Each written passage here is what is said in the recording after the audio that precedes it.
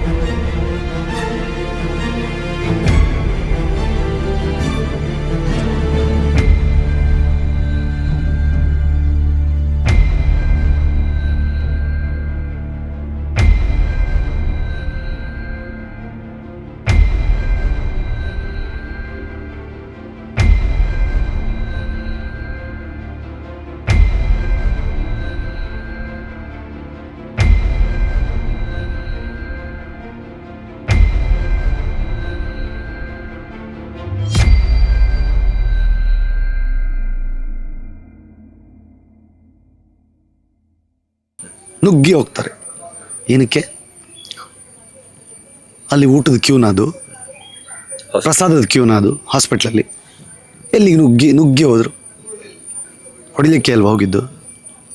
ಹೆಂಗೆ ಒಬ್ಬ ವರದಿಗಾರನ ಮುಟ್ಬಿಡ್ತೀರಿ? ಅವ್ರು ಮಾಡಿದ್ದು ಸುಳ್ಳು ವರದಿ ಅಂತಾದರೆ ಇವ್ರು ಮಾಡ್ತಿರೋದೇನು? ಆ ಊರಿನ ಗ್ರಾಮಸ್ಥರು ನಿಮಗೆ ನಾನು ಬಿಡಿ, ಕಾವಂದ್ರನ್ನ ಟಾರ್ಗೆಟ್ ಮಾಡಿದ್ರು, ದೇವಸ್ಥಾನವನ್ನು ಟಾರ್ಗೆಟ್ ಮಾಡಿದ್ರು, ಎಲ್ಲ ಓಕೆ. ಆ ಊರಿನ ಆಟೋದವರು ರೇಪ್ ಮಾಡಲಿಕ್ಕೆ ಸಪೋರ್ಟ್ ಮಾಡ್ತಿದ್ರು ಅಂತಂದರೆ ಆ ಊರಿನ ಆಟೋದವ್ರು ಸುಮ್ಮನೆ ಕೂರ್ತಾರ? ಯಾಕೆ ಸುಮ್ಮನೆ ಕೂರಬೇಕು? ಅವ್ರಿಗೂ ಒಂದಿರುತ್ತಲ್ಲ ಸ್ವಾಭಿಮಾನ, ಆತ್ಮಸಾಕ್ಷಿ ಅನ್ನೋದು. ಅದು ಇವ್ರಿಗಿಲ್ವಾ? ಏನು ತಪ್ಪಿದೆ? ಹೊಡೆದಿದ್ದು ಅಟ್ಯಾಕ್ ಆಗಿದ್ದರೆ ಹೊಡೆದಿದ್ರೆ ತಪ್ಪು. ಆದರೆ ಎಲ್ಲಿ ತನಕ ಒಬ್ಬ ಮನುಷ್ಯನಿಗೆ ತಾಳ್ಮೆಯ ಕಟ್ಟೆ, ಸ್ಯಾಚುರೇಷನ್ ಪಾಯಿಂಟ್ ಅಂತ ಹೇಳ್ತೀವಿ, ಆ ಪಾಯಿಂಟಿಗೆ ತಲುಪೋ ತನಕ ಒಬ್ಬ ಮನುಷ್ಯನ, ಒಂದು ಮನುಷ್ಯ ಆದರೆ ಪರವಾಗಿಲ್ಲ, ಇಡೀ ಊರನ್ನು ಎಸ್ ಐ ಟಿ ಮಾಹಿತಿ, ಬಲ್ಲ ಮೂಲಗಳ ಮಾಹಿತಿ, ಪೊಲೀಸ್ ಮಾಹಿತಿ, ಗೊತ್ತಿರುವ ಮಾಹಿತಿ ಸಾಕು ನಿಲ್ಲಿಸಿದ್ನ ಅಂತ ನಾನು ಊರವ್ರು ಹೇಳಿದ ತಪ್ಪ? ಏನು ತಪ್ಪಿದೆ ಅದರಲ್ಲಿ? ಅಂದರೆ ಕಾನೂನನ್ನು ಕೈಗೆ ತೆಗೆದುಕೊಂಡಿದ್ದು ತಪ್ಪು ಅಂತ. ಅಂದರೆ ಅಲ್ಲಿ ಪೊಲೀಸ್ ಕಂಪ್ಲೇಂಟ್ ಕೊಡೋದಕ್ಕೆ ಅವಕಾಶಗಳಿತ್ತು. ಅವರು 3 ಜನನ FIR ಮಾಡಿಸಿ ಅಥವಾ ಒಳಗಾಕ್ಸುವ ಕೆಲಸ, ಏನೋ ಒಂದು ಕಾನೂನಾತ್ಮಕವಾಗಿ ಏನೋ ಒಂದು ಮಾಡ್ಬೋದಾಗಿತ್ತು. ಆದರೆ ಊರಿನ ಜನ ಅವರ ಮೇಲೆ ಹಲ್ಲೆ ಮಾಡಿದ್ದು ತಪ್ಪು ಅನ್ನೋ ಒಂದು ವಾದ. ಹಲ್ಲೆ ಮಾಡಿದ್ದನ್ನು ಸರಿ ಅಂತ ಒಪ್ಕೊಳ್ಳೋದು ನಾನಲ್ಲ. ನಾನು ಮತ್ತೆ ಪುನರುಚ್ಚರಿಸ್ತೀನಿ, ಹಲ್ಲೆ ಮಾಡಿದ್ದು ಸರಿಯಲ್ಲ. ಹಲ್ಲೆ ಮಾಡೋ ಅವಶ್ಯಕತೆ ಇಲ್ಲ. ಕಾನೂನಿದೆ. ಕಾನೂನಾಚೆಗೆ ಇವತ್ತು ಕಾನೂನಿದೆ ಅನ್ನೋದಾದರೆ ಯಾಕೆ ಇಷ್ಟು ಕ್ರೈಮ್ ನಡೆಯುತ್ತೆ? ಎಲ್ಲರೂ ನೀವು ಪ್ರತಿಯೊಬ್ಬರು ಪೊಲೀಸ್ ಸ್ಟೇಷನ್ನೇ ಬೇಡ, ಏನಕ್ಕೆ ಇಷ್ಟೆಲ್ಲ ನಡೆಯುತ್ತೆ? ಈಗ ಒಬ್ಬ ಕಳ್ಳ ಮನೆಗೆ ನುಗ್ತಾನೆ. ಮನೆಗೆ ನುಗ್ಗಿ ಮನೆಯ ಮಾಲೀಕನ ಎದುರುಗಡೆನೆ ನಗನಾಣ್ಯಗಳನ್ನು, ಬಂಗಾರನ ಎಲ್ಲ ದೋಚ್ತಾ ಇದ್ದರೆ ನೀವೇನು ಹೇಳ್ತೀರಿ? ನೋಡಿ, ಅವನಿಗೆ ದೋಚಲಿಕ್ಕೆ ಬಿಡಬೇಕಿತ್ತು. ನೀವು ದೋಚ್ಕೊಂಡು ಹೋದ ಮೇಲೆ ನೀವು ಪೊಲೀಸ್ ಸ್ಟೇಷನ್ಗೆ ಹೋಗಿ ಕಂಪ್ಲೇಂಟ್ ಕೊಡಬೇಕಿತ್ತು. ಅಂದರೆ ಅದು ಸರಿನಾ? ನೀವು ಹೇಳಿ. ಪೊಲೀಸ್ ಸ್ಟೇಷನ್ ಅಂದರೆ ಕಳ್ಳ ಮನೆಗೆ ನುಗ್ಗಿ ಎಲ್ಲ ದೋಚ್ತಾ ಇದ್ದಾನೆ, ನಿಮ್ಮ ಪ್ರಕಾರ ಅವನ್ನ ಹಿಡಿಬಾರ್ದು, ಅವನ್ನ ಹೊಡಿಬಾರ್ದು. ಕಾನೂನು ಪ್ರಕಾರ ನೀವು ಅವನನ್ನು ಪೊಲೀಸರಿಗೆ ಹೇಳಬೇಕಾಗಿತ್ತು. ಧರ್ಮಸ್ಥಳ ಜನ ಮಾಡಿದ್ದು ಅದನ್ನೇ ಅಂತ ಹೇಳ್ತಿದೆ. ಅಷ್ಟೇ, ಸಿಂಪಲ್.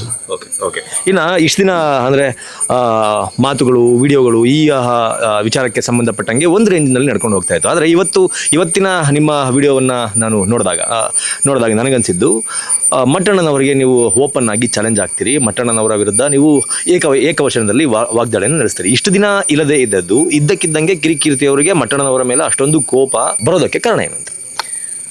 ನಿನ್ನೆ ಏನು ಘಟನೆ ನಡೆದಿದೆ ಅದಕ್ಕೆ ಪ್ರಮುಖ ಕಾರಣನೇ ಸಮೀರ್ ಮತ್ತು ಮಟ್ಟಣ್ಣನವರು. ಹೆಂಗೆ? ಪ್ರತಿದಿನ ಸುಳ್ಳುಗಳ ಮೇಲೆ ಸುಳ್ಳು, ಜನ ನಂಬ್ತಾರೆ ಅಂತ ಹೇಳಿ ನೀವು ಹೇಳಿ. ಒಂದು FSL ವರದಿ ಅದು ನೇರವಾಗಿ ನ್ಯಾಯಾಲಯಕ್ಕೆ ಬರಬೇಕಾಗಿದ್ದು ಅಥವಾ ಇನ್ವೆಸ್ಟಿಗೇಷನ್ ಡಿಪಾರ್ಟ್ಮೆಂಟಿಗೆ ಬರಬೇಕಾಗಿದ್ದು. ಒಂದು FSL ವರದಿ ತನಗೆ ಬಂದಿದೆ, ಅದು 24 ವರ್ಷದ ಹೆಣ್ಣು ಮಗಳ ಬುರುಡೆ ಅಂತ ಹೇಳಿದ್ರೆ ಕೇಳಿಸ್ಕೊಂಡು ಹೆಂಗ್ರಿ ಸುಮ್ಮನೆ ಇರೋದು? ಜನ ನಂಬ್ತಾರೆ ಅಂತ ಮಾತ್ರಕ್ಕೆ ಏನು ಬೇಕಾದರೂ ಹೇಳಿ ನಂಬಿಸ್ತೀನಿ ಅಂತ ಆದರೆ, ಸುಳ್ಳುಗಳನ್ನೇ ಪೋಣಿಸ್ಕೊಂಡು ಹೋದರೆ ಒಬ್ಬ ವ್ಯಕ್ತಿಗೆ ಎಷ್ಟು ಅಂತ ನೀವು ಗೌರವ ಕೊಟ್ಕೊಂಡು ಹೋಗ್ತೀರಿ ಹೇಳಿ? ಎಷ್ಟು ಅಂತ ಗೌರವ ಕೊಡ್ತೀರಿ? ಗೌರವ ಕೊಡಲಿಕ್ಕೂ ಒಂದು ಲಿಮಿಟ್ ಇದೆ. ನಾವು ಇಲ್ಲಿಯ ತನಕ ಪ್ರತಿ ವಿಡಿಯೋದಲ್ಲೂ ಗಿರೀಶ್ ಮಟ್ಟಣ್ಣನವರು ಏನಕ್ಕೆ ಆ ಮನುಷ್ಯ ಪೊಲೀಸ್ ಇಲಾಖೆಗೆ ಕೆಲಸ ಮಾಡಿದವನು, ಭ್ರಷ್ಟಾಚಾರದ ವಿರುದ್ಧ ಹೋರಾಡ್ತೀನಿ ಅಂತ ಹೇಳಿ ಬಾಂಬ್ ಬಿಟ್ಟವನು, ಏನೇ ಆಗಿದ್ದಿರ್ಬೋದು, ಅದೆಲ್ಲದರ ಆಚೆಗೆ ಒಬ್ಬ ಮನುಷ್ಯ ಪ್ರತಿದಿನ ತನ್ನಲ್ಲಿ ಯೂಟ್ಯೂಬ್ ಚಾನಲ್ ಒಂದಿದೆ, ಅದರಲ್ಲಿ ಕೂತ್ಕೋತೀನಿ, ಸುಳ್ಳುಗಳನ್ನು ಹೇಳ್ತಾ ಹೋಗ್ತೀನಿ ಅಂತಂದರೆ ಕೇಳಿಸ್ಕೊಂಡು ಸುಮ್ಮನೆ ಕೂತ್ಕೊಳ್ಳೋಕೆ ನಾವೇನು? ಒಂದು ಕಡೆಯ ವಾದವೇ ಸರಿ ಅಂತ ಇಡೀ ಜಗತ್ತಿಗೆ ಅನ್ನಿಸ್ಬಿಟ್ರೆ ನಾಳೆ ನಿಜವಾಗಿಯೂ ನ್ಯಾಯ ಸಿಕ್ಕಿದ್ರು ಸಹಿತ ಜನ ಅದನ್ನು ಬೇರೆ ಕಡೆಯಿಂದ ತಿರುಗಿಸ್ತಾರೆ. ಅಷ್ಟರೊಳಗೆ ಜನಕ್ಕೆ ಒಂದಿಷ್ಟು ಅರ್ಥ ಮಾಡಿಸುವ ಕೆಲಸವನ್ನು ನಾವು ಮಾಡಬೇಕಾ ಬೇಡವಾ? ಆ ಕೆಲಸವನ್ನು ನಾವು ಮಾಡ್ತಾಯಿದ್ದೀವಿ. ಗಿರೀಶ್ ಮಟ್ಟಣ್ಣನವ್ರ ಮೇಲೆ ನಂಗೆ ಪರ್ಸ್ನಲ್ ಏನಿದೆ, ಆ ಮನುಷ್ಯನ ಯಾವತ್ತೂ ಭೇಟಿನೇ ಆಗಿಲ್ಲ. ನಾನು ಸೈದ್ಧಾಂತಿಕ ವಿಚಾರದಲ್ಲಿ ನನಗೂ ಅವ್ರಿಗೂ ಬೇರೆ ಬೇರೆ ನಿಲುವುಗಳಿದೆ. ಓಕೆ, ಸಂತೋಷ. ಅದೇ ಕ್ಷೇತ್ರದಲ್ಲಿ ಸಾಮೂಹಿಕ ವಿವಾಹದಲ್ಲೋ ಮದುವೆ ಆದ ಮನುಷ್ಯ ಆತ. ಇವತ್ತು ಆ ಕ್ಷೇತ್ರದ ಬಗ್ಗೆ ಅಷ್ಟು ಕೆಟ್ಟದಾಗಿ ಮಾತಾಡಬೇಕಾದ್ರೆ, ಕಾವಂದರ ಬಗ್ಗೆ ಅಷ್ಟು ಕೆಟ್ಟದಾಗಿ ಮಾತಾಡಬೇಕಾದ್ರೆ, ಯಾವುದೇ ಸಾಕ್ಷಿ ಆಧಾರಗಳಿದೆ, ಅತ್ಯಂತ ಕೆಟ್ಟ ಪದಗಳಿಂದ ಅವ್ರನ್ನ ನಿಂದಿಸಬೇಕಾದ್ರೆ ನೋಡ್ಕೊಂಡು ಹೆಂಗೆ ಸುಮ್ಮನಿರೋದು? ಆ ಮನುಷ್ಯನಿಗೆ ಮರ್ಯಾದೆ ಕೊಡಬೇಕು ಅಂತ ಯಾರಿಗ್ರಿ ಅನಿಸುತ್ತೆ? ಹಂಗಾಗಿ ಕೊಡಲ್ಲ ಮರ್ಯಾದೆ. ಅದ್ರ ಜೊತೆಗೆ ನೀವು ಓಪನ್ ಆಗಿ ಗಿರೀಶ್ ಮಟ್ಟಣ್ಣ ಅವರಿಗೆ ಚಾಲೆಂಜನ್ನು ಕೂಡ ಹಾಕಿದ್ದೀರಾ. ಇನ್ನು 24 ಗಂಟೆ ಒಳಗಡೆ ನಿನಗೆ ಏನಿದೆ ಅದನ್ನು ಸಾಕ್ಷಿ ಸಮೇತ ತಂದು ಕೊಡಬೇಕು, ನೇರ ನಾನು ಚರ್ಚೆಗೆ ಸಿದ್ಧ ಇದ್ದೀನಿ ಅಂತ ಓಪನ್ ಚಾಲೆಂಜ್ ಹಾಕಿದ್ದಾರೆ. ಆ ಚಾಲೆಂಜನ್ನು ಅವ್ರು ಅಕ್ಸೆಪ್ಟ್ ಮಾಡ್ತಾರೆ ಅಂತ ನಿಮ್ಗೆ ಅನ್ಸುತ್ತೆ? ಮಾಡಲ್ಲ. ಯಾಕೆ? ಸೌಜನ್ಯ 2012ರಲ್ಲಿ ಆ ಹೆಣ್ಮಗಳು ಸತ್ತಿದ್ದು. ಧರ್ಮಸ್ಥಳದ ಮೇಲೆ ಆರೋಪ ಬಂದಿದೆ 2013ರಲ್ಲಿ. ಈ ಮಟ್ಟಣ್ಣವರ್ ಈ ಕೇಸ್ಗೆ ಎಂಟ್ರಿ ಆಗಿದ್ದು ಇತ್ತೀಚೆಗೆ ಎಂಟ್ರಿ. ತಿಮರೋಡಿ ಇದ್ದರು ಬಿಡಿ, ಈ ಮನುಷ್ಯ ಇತ್ತೀಚೆಗೆ ಬಂದಿದ್ದು. ಇತ್ತೀಚೆಗೆ ಬಂದ ಈ ಮನುಷ್ಯ ಸೌಜನ್ಯ ಕೇಸ್ನಲ್ಲಿ ಸಾಕ್ಷಿಗಳನ್ನು ಹೇಗೆ ಇಟ್ಕೊಂಡಿದ್ದ? ಸಾಕ್ಷಿಗಳನ್ನು ಇಟ್ಕೊಂಡಿದ್ದೇ ಆದರೆ ಇವನು ಇತ್ತೀಚೆಗೆ ಬಂದಿದ್ದು ಯಾಕೆ? ಮುಂಚೆನೇ ಯಾಕೆ ಬರಲಿಲ್ಲ? ಸೌಜನ್ಯ ಕೇಸ್ನಲ್ಲಿ ಈ ಮನುಷ್ಯನಿಗೆ ಮೊಬೈಲಲ್ಲಿ ಡಾಕ್ಯುಮೆಂಟ್ಸ್ ಇರೋದಾದರೆ, ಸಾಕ್ಷಿಗಳಿರೋದಾದರೆ ಇಲ್ಲಿ ತನಕ ಏನು ಮಾಡ್ತಾಯಿದ್ದ? ಇವಾಗ ಇದ್ದಕ್ಕಿದ್ದಂಗೆ ಬಂದ್ಬಿಟ್ಟು ಸಾಕ್ಷಿ ಇದೆ. ಎಲ್ಲಿಂದ ಗುರು ಸಾಕ್ಷಿ ಇರೋದು? ಸಾಕ್ಷಿ ಇದ್ರಲ್ಲಿ ಬಂದು ಬರೋದು. ಆಯಿತು, ನಾನು ಹೇಳ್ತಾ ಇರೋದು ಇವತ್ತು ನಾನು ನನ್ನ ಚಾನಲ್ನಲ್ಲಿ ಓಪನ್ ಚಾಲೆಂಜ್ ಹಾಕಿದ್ದೀನಿ. ಅದರ ಆಚೆಗೆ ಇಲ್ಲಿಯ ತನಕ ಮೇನ್ ಸ್ಟ್ರೀಮ್ ಮೀಡಿಯಾಗಳು ಅಂತ ಕರೆಸ್ಕೊಳ್ಳುವಂತಹ ಸುವರ್ಣ ನ್ಯೂಸ್ ಇರ್ಬೋದು, ರಿಪಬ್ಲಿಕ್ ಟಿವಿ ಇರ್ಬೋದು, ಪ್ರತಿ ಚಾನಲ್ನಲ್ಲೂ ಅವರು ಬರ್ತಾರೆ ಅಂತ ಹೇಳಿದಾಗಲೇ ನಾವು ಹೋಗಿ ಕೂತಿದ್ದು. ಯಾಕೆ ಬರಲಿಲ್ಲ? ಈಗ ನಾವೆಲ್ಲ ಕಡೆ ಮಾತಾಡ್ತೀವಿ, ನೀವು ಬಂದು ಏನು ಪ್ರಶ್ನೆ ಕೇಳ್ತೀರಿ ಅಂತಲೂ ಕೇಳಿದ್ರೆ ನಿಮ್ಮ ಹತ್ರ ನಾನು ಉತ್ತರ ಕೊಡಲಿಕ್ಕೆ ರೆಡಿಯಾಗಿ ಎದುರುಗಡೆ ನಿಂತ್ಕೋತೀನಿ. ಯಾಕೆ? ನನ್ನ ಹತ್ರ ವಿಷಯ ಇದೆ, ನನ್ನ ಹತ್ರ ಅದಕ್ಕೆ ಪೂರಕವಾದ ಸಾಕ್ಷಿಗಳಿದೆ ಅನ್ನೋ ಕಾರಣಕ್ಕೆ ನಾನು ನಿಂತ್ಕೋತೀನಿ. ಯಾಕೆ ಅವರುಗಳು ಬರಲ್ಲ? ಯಾಕೆ ಮೀಡಿಯಾಗಳಿಂದ ಯಾಕೆ ಅವ್ರಿಗೆ ಬೇಕಾದ ಮೀಡಿಯಾಗಳಲ್ಲಿ ಮಾತ್ರ ಕೂತ್ಕೊಂಡು ಮಾತಾಡೋದು, ಅವ್ರಿಗೆ ಬೇಕಾದ ಮಾಧ್ಯಮಗಳಲ್ಲಿ ಮಾತ್ರ ಕೂತ್ಕೊಂಡು ದುಡ್ಡು ಪುಂಖಾನುಪುಂಖವಾಗಿ ಪುಂಗೋದು? ಅದನ್ನು ಮಾಡೋ ಬದಲು ಓಪನ್ ಚಾಲೆಂಜ್, ಕರ್ಸವನ್ನ ಕಿರಿಕಿರ್ತಿನ, ಕರ್ಸವನ್ನ ವಸಂತ ಗಿಳಿಯರನ್ನ, ಕರ್ಸವನ್ನ ಚಕ್ರವರ್ತಿ ಸೂಲಿಬೆಲೆನ ಅಂಥೇಳಿ ಕರೆಸಿ ನಮ್ಮ ಎದುರುಗಡೆ ಯಾಕೆ ಅವರು ಒಂದು ಚರ್ಚೆಗೆ ಬರಬಾರ್ದು? ನಾವು ರೆಡಿ ಇದ್ದೀವಲ್ಲ. ಓಪನ್ ಚಾಲೆಂಜ್ ಈಗಲೂ ಮಾಡ್ತಾ ಇದ್ದೀನಲ್ಲ, ಈಗಲೂ ನಿಮ್ಮ ಚಾನಲ್ ಮುಖಾಂತರ ಹೋಗಲಿ. ನನ್ನ ವೀಡಿಯೋ ಮಾಡಿ ಆಲ್ರೆಡಿ 3 hours ಆಯಿತು. ಈಗ ನಿಮ್ಮ ವೀಡಿಯೋ ಅಪ್ಪಾಗೋಷ್ಟಿಗೆ ಇನ್ನೊಂದು 3 hours ಆಗ್ಬೋದು. ಮತ್ತೆ 24 ಗಂಟೆ ಸಮಯ ಕೊಡ್ತೀನಿ, ಇನ್ನೊಂದು 6 hour ಎಕ್ಸ್ಟ್ರಾ ಸಿಗುತ್ತೆ. 30 ಗಂಟೆ ಆಯ್ತಲ್ವ? ಬರಲಿ ಚರ್ಚೆಗೆ, ನಾನು ರೆಡಿ ಇದ್ದೀನಲ್ಲ. ಈಗ ನೀವು ಇಷ್ಟು ದಿನ ಏನು ಕೇಳ್ತಾ ಇದ್ರಿ ಅಂತಂದರೆ ಸಾಕ್ಷಿಗಳನ್ನ ಕೊಡಿ, ಪ್ರೂಫ್ಗಳನ್ನ ಕೊಡಿ, ಆಮೇಲೆ ಮುಂದೆ ಇಟ್ಟು ಮಾತಾಡಿ, ನಾನು ಬಂದ್ಬಿಟ್ಟು ನಿಮ್ಮ ಜೊತೆಗೆ ಸೇರ್ಕೋತೀನಿ ಅಂತ ಹೇಳ್ತಾ ಇದ್ರಿ. ಇದೀಗ ಮಟ್ಟಣ್ಣನವರು ಒಂದು ಇಂಟರ್ವ್ಯೂನಲ್ಲಿ ಹೇಳಿರೋ ಪ್ರಕಾರ ಸಾಕ್ಷಿಗಳನ್ನು ಕೊಟ್ಟಿದ್ದಾರಲ್ಲ, ಅಂದರೆ ನಾನು ಆ ವಿಡಿಯೋನ ನಿಮಗೆ ತೋರಿಸ್ಬಿಡ್ತೀನಿ. ನೀವು ಸಾಕ್ಷಿಗಳನ್ನ ಮೊಬೈಲ್ನಲ್ಲಿ ಸಾಕ್ಷಿ ಇದೆ, ನೀವು ತೋರಿಸಿಲ್ಲ, ಯಾಕೆ ತೋರಿಸ್ತಾ ಇಲ್ಲ ಅಂತ ಹೇಳಿ ನಾನು ಹೇಳಿದ್ದೇನೆ. ಅನೇಕ ಕಾರ್ಯಕ್ರಮಗಳನ್ನು ಹೇಳಿದ್ದೇನೆ, ನಮ್ಮ ಹತ್ರ ಸಾಕ್ಷಿ ಇದೆ ಅಂತ ಹೇಳಿ. ಸಾಕ್ಷಿಗಳನ್ನ ಯಾರಿಗೆ, ಎಲ್ಲಿ, ಯಾವ ರೀತಿ ಕಾನೂನುಬದ್ಧವಾಗಿ ತಲುಪಿಸಬೇಕು ಅದು ತಲುಪಿಸಿ ಆಗಿದೆ. ಎಸ್, ನೀವು ಇಷ್ಟು ದಿನ ಏನು ಕೇಳ್ತಾ ಇದ್ರಿ, ಆ ಸಾಕ್ಷಿಗಳನ್ನು ಆಲ್ರೆಡಿ ಮಟ್ಟಣ್ಣನವರು ಕೊಟ್ಟು ಆಗಿದೆ. ಮತ್ತೆ ನೀವೇನು ಸಾಕ್ಷಿ ಕೇಳ್ತಾ ಇದ್ದೀರಾ? ಮತ್ತೆ ರಿಪೀಟ್ ಮಾಡ್ತೀನಿ, ಸೌಜನ್ಯ ಸಾವಾಗಿದ್ದು 2012ರಲ್ಲಿ, ಧರ್ಮಸ್ಥಳದ ಮೇಲೆ ಆರೋಪ ಬಂದಿದ್ದು 2013ರಲ್ಲಿ, ಮಟ್ಟಣ್ಣ ಬಂದಿದ್ದು ಇತ್ತೀಚೆಗೆ. ಸಾಕ್ಷಿ ಜೇಬಲ್ಲಿ ಇಟ್ಕೊಂಡು ಇಷ್ಟು ದಿನ ಹೆಣ್ಣು ಮಗುಗೆ ಅನ್ಯಾಯ ಮಾಡಿಬಿಟ್ರಲ್ಲ ಮನುಷ್ಯರ ನೀವು. ಸಾಕ್ಷಿನ ಜೇಬಲ್ಲಿ ಇಟ್ಕೊಂಡು, ಸಾಕ್ಷಿ ನಿಮ್ಮ ಕೈಯಲ್ಲಿ ಇಟ್ಕೊಂಡು SIT ಆಗೋ ತನಕ ಕಾಯ್ತೀನಿ ಅಂತ ಕಾದ್ರಲ್ಲ ಮನುಷ್ಯರ ನೀವು. ಇದೇ ರಿಪಬ್ಲಿಕ್ ಕನ್ನಡ ಚಾನಲ್ಗೆ ಚಾಲೆಂಜ್ ಮಾಡಿದ್ರಲ್ಲ, ಕರೀರಿ ನಾಳೆ ನಾನು ಬಂದು ಅಲ್ಲಿ ಸಾಕ್ಷಿಯನ್ನು ಒದಗಿಸ್ತೀನಿ ಮಾಧ್ಯಮದ ಎದುರು ಅಂದ್ರಲ್ಲ, ಅವತ್ತೂ ಬರಲಿಲ್ವಲ್ಲ ಮನುಷ್ಯರ ನೀವು. ಅಲ್ಲ, ಈಗ ಕೊಟ್ಟಿದ್ದಾರಂತಲ್ಲ, ಎಲ್ಲಿ ಕೊಟ್ಟಿದ್ದಾರೆ ಅಂತ ಅವ್ರು ಹೇಳ್ತಿದ್ದಾರೆ. ಮಟ್ಟಣ್ಣ ಹೇಳೋದನ್ನೆಲ್ಲ ಸೀರಿಯಸ್ ಆಗಿ ತಗೋತಾರೆ ಲೈಫಲ್ಲಿ.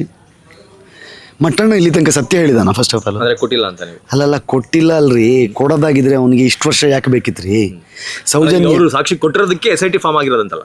ಏನು ಸಾಕ್ಷಿ ಕೊಟ್ಟಿರೋದಕ್ಕೆ SIT ಫಾರ್ಮ್ ಆಗಿದೆ ಅಂತ ಮುಖ್ಯಮಂತ್ರಿಗಳ ಆ ಪತ್ರದಲ್ಲಿ ಇಲ್ಲ. ಒಬ್ಬ ವ್ಯಕ್ತಿ ಬಂದು ನಾನು ಇಂಥ ಜಾಗದಲ್ಲಿ ಇಷ್ಟಿಷ್ಟು ಹಣ ಉಳಿದೀನಿ ಅದನ್ನು ತೋರಿಸ್ತೀನಿ ಎಂದಿದ್ದಕ್ಕೆ ನಾಗಲಕ್ಷ್ಮಿ ಅವರು ಲೆಟ್ರ್ ಬರೆದಿದ್ದಕ್ಕೆ ಅದನ್ನು ಸ್ಪಷ್ಟವಾಗಿ ಬರೆದಿದ್ದಾರೆ ಮುಖ್ಯಮಂತ್ರಿಗಳ ಪತ್ರದಲ್ಲಿ. ಇವನು ಸಾಕ್ಷಿ ಕೊಟ್ಟ ಅಂತ. ಏನು ಸಾಕ್ಷಿ ಕೊಟ್ಟ ಇವನು?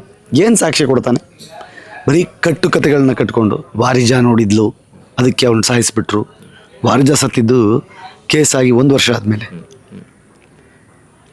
ಈ ಮನುಷ್ಯ ಇವತ್ತಿಗೂ ಪ್ರಯತ್ನ ಪಡ್ತಿರೋದೇನು ಅಂತಂದರೆ, ಇದು ಪ್ರೊಲಾಂಗ್ ಆಗುತ್ತೆ ಹೆಂಗಿದ್ರು ಕೇಸು. ಎಲ್ಲಿಯ ತನಕ ಹೋಗುತ್ತೋ ಅಲ್ಲಿಯ ತನಕವೂ ನಾನು ಜನಗಳನ್ನು ಮರಳು ಮಾಡ್ತಾ ಇರ್ತೀನಿ, ಮಂಕ್ ಮಾಡ್ತಾ ಇರ್ತೀನಿ, ಬೂದಿ ಹಚ್ತಾ ಇರ್ತೀನಿ ಅಂತ. ಸಾಕ್ಷಿ ಇದ್ದವನು ಯಾರು ಇಷ್ಟು ದಿನ ಕಾಯ್ತಾನೆ? ಈಗ ನನಗೂ ನಿಮಗೂ ಏನೋ ಒಂದು ಸಣ್ಣ ಗಲಾಟೆ ಆಯಿತು ಅಂತ ಇಟ್ಕೊಳ್ಳಿ, ನಾನು ಮಾಡಿರೋದು ತಪ್ಪು ಅನ್ನೋದಕ್ಕೆ ನಿಮ್ಗೆ ಸಾಕ್ಷಿ ಇದ್ದರೆ ನೀವು 12 ವರ್ಷ ಕಾಯ್ತೀರೇನ್ರಿ? ಸಿಂಪಲ್ಲಾಗಿ ಹೇಳ್ರಿ. 12 ವರ್ಷ ಒಬ್ಬ ಮಂಜು ಕಿರಿಕೀರ್ತಿ ಮಾಡಿರುವ ಒಂದು ತಪ್ಪಿಗೆ ಸಾಕ್ಷಿ ಇದೆ ಅಂತಂದರೆ 12 ವರ್ಷಗಳ ತನಕ ಕಾಯ್ಕೊಂಡು ಬರಲಿ ಕಾಯ್ತೀನಿ ಅಂತ ಕಾಯ್ತೀರ? ಯಾರು ಕಾಯ್ತಾರ್ರಿ? ಇವರು ಇವತ್ತಿಗೂ ಮಂಕ್ ಬೂದಿ ಎರಚೋ ಕೆಲಸವನ್ನು ಮಾಡ್ತೀರ ಅಷ್ಟೇ ಬಿಟ್ಟರೆ ಏನು ಮಣ್ಣಂಗಟ್ಟೇನೂ ಇವ್ರ ಹತ್ರ ಇಲ್ಲ. ಮಣ್ಣಂಗಟ್ಟೇನೂ ಇಲ್ಲ ಇವ್ರ ಹತ್ರ.